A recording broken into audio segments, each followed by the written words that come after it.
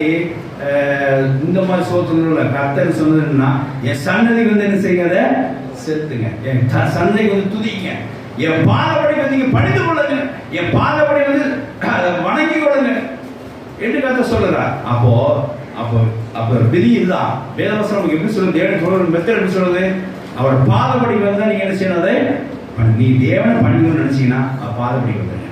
அது ஸ்திரீ என்ன செஞ்சா பாதப்படியே பண்ணலாம்.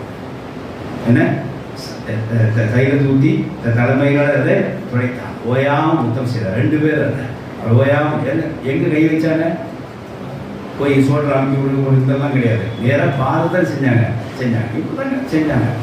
மரியாதை, பக்தி, வணங்குதல், பணிந்து கொள்ளுதல் இதெல்லாம் எங்க நடக்கும், பாதப்படியில நடக்கும். அப்ப தேவனை நீங்க தொழுது கொண்டீங்கன்னா அவர் பாதப்படியில செஞ்சீங்க. அதை சரி, நான் வீட்டில் ஜெயிச்சு தானே இருக்கிறேன், பேசலாம் வேண்டாம், அது உங்க ஜெபம். ஆராதனை கூடி நீங்க செய்யணும், ஜெபிக்கணும் சபையில் அப்படிங்கிற பார்க்கணும்.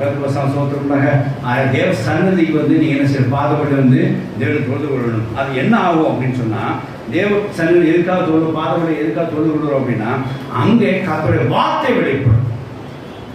பாதப்படியில் தான் கர்த்தருடைய வார்த்தை வெளிப்படும். வாசிக்கலாம், ஏசாயா 2 அதிகாரம் 3 வசனம் வாசிக்கலாம்.